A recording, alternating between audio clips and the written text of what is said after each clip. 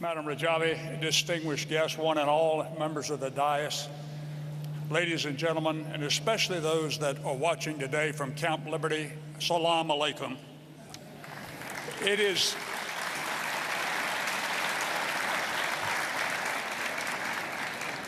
indeed a pleasure for me to be here today and join you in honoring and commemorating those 52 who were killed at Camp Ashraf in a massacre, and remind all that their sacrifice was not in vain.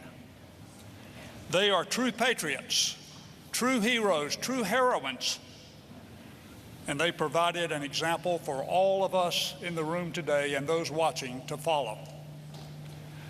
However, I must admit it is also painful for me and others. You just heard from Secretary Ridge that the whole U.S. delegation, as we witnessed the ineptness of the President Obama's administration and our feckless and cowardly State Department in dealing with Camp Ashraf and now the ongoing crisis, humanitarian crisis developing at Camp Liberty.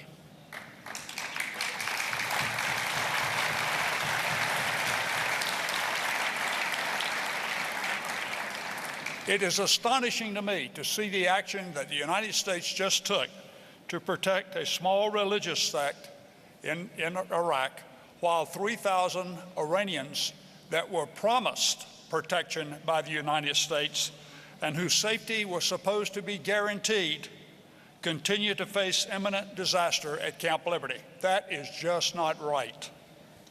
What about the U.S. promise to protect the residents? Why is the ambassador and his team even afraid to visit? It's been almost 5 months since the U.S. ambassador visited the camp. That is shabby even compared to the one visit just recently made by the UN delegation in the last 2.5 months. Why is it that they're not going out to Camp Liberty? Is it because they're afraid to witness the appalling conditions that those in Camp Liberty are having to endure? Is it because they don't want to see what the Iraqis are imposing upon them, like fuel sieges, being denied the right to remove sewage, the opportunity to attend a funeral, or the fact that the food and medical supplies are being denied? All of those were promised by Secretary Clinton and Ambassador Dan Fried, which were part of President Obama's administration. So we need to hold President Obama personally responsible for this lack of activity that's taking place at Camp Liberty.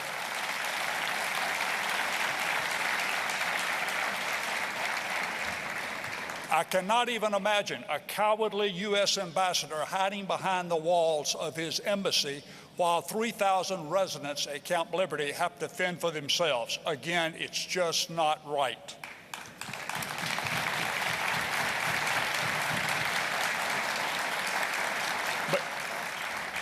Between President Obama's lack of leadership and the U.S. Embassy's lack of anything in Iraq, it's almost enough to make you ill.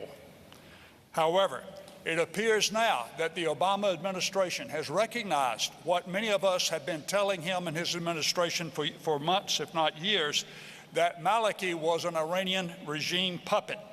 And now that this has been proven true and we've witnessed him depart under less than favorable conditions, he has left Iraq in a shambles. And now we are facing, and Iraq is facing, the entire Middle East facing an even greater crisis from ISIS. We all welcome the arrival of the new Prime Minister, al-Abadi in Iraq. However, it's now time to see if he's going to continue in the footsteps of Maliki, or if he's going to recognize the humanitarian crisis that's ongoing at Camp Liberty and step forward and provide leadership.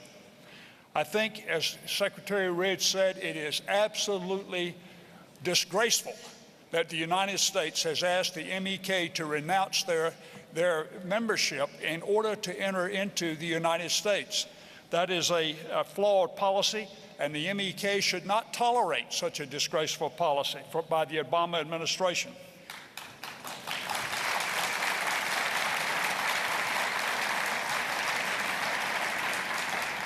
You can rest assured that those of us here today will stand by that to the last man, and we speak for those other 30 or so prominent individuals in America that will speak on behalf of the MEK. So what should the Obama administration do? Let me cover that very briefly. First and foremost, Mr. President, you need to acknowledge that we guaranteed the safety of the MEK and start acting like it. And we need to say that an attack on the residents of Camp Liberty now constitutes an attack on America itself.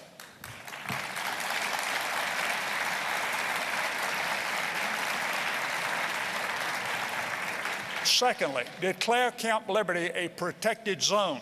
Insert a special operations team. They're not afraid to go to Camp Liberty. Insert a special ops team out there to provide whatever is needed, including air power, to protect the residents of Camp Liberty.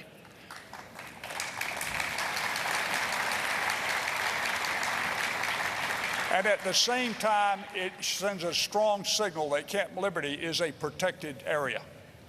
Third, quit cooperating with an Iranian government who has killed our soldiers in Iraq under the pretext of fighting for terrorism. The real terrorists are in Tehran, and the solution is to hold the Iranian mullahs responsible and accountable. The incumbent Iranian regime is not part of any solution. It is the problem, not only in Iraq, but throughout the Middle East.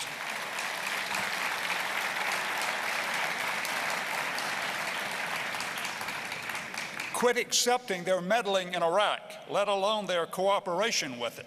We need to say that those are a red line. No cooperation, no coordination, and no sharing of information with Iran. That constitutes a red line that must not be crossed. Any attempt to cooperate in any way with Iran is betraying these 52 individuals at Camp Ashraf, in addition to the hundreds and thousands of soldiers that were killed in Iraq trying to carry out the mission that President Obama and President Bush set them on. Fourth, it is almost an imperative to regain the trust and cooperation of the Sunnis, and the Obama administration needs to use the air power that we are currently using against ISIS to assist the Sunnis and the Iraqi tribes, without whose support the ISIS will not be repealed. Fifth, they need to help regain the trust of the Iranian tribes and the Sunnis. In order to do that, the Shia militia groups that are fighting in Iraq today must be disbanded. Basically, the Shia militia groups are similar to the ISIS, and they must be dealt with in the same manner. And finally, President Obama, your administration needs to wake up and look at whose strategic goals in Iraq and throughout the region best align with the goals of the United States and the rest of Europe.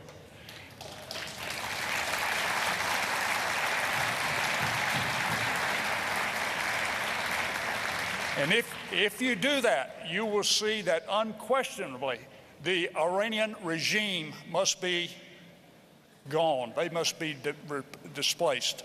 They must be taken out. If you want to be on the side of victory, you must align yourself with the MEK. The mullahs see the alignment of Mrs. Rajavi's 10-point program with the democratic systems of Europe and the United States, which is one reason why they are so fearful of the MEK.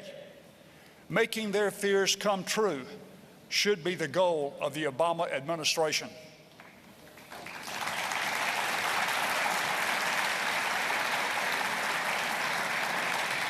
And this is the greatest thing that we could do to honor the U.S. soldiers who fought and died in Iraq, and simultaneously honor the memory of those brave souls who were massacred in Camp Ashraf. Mercy and all the best. Thank you.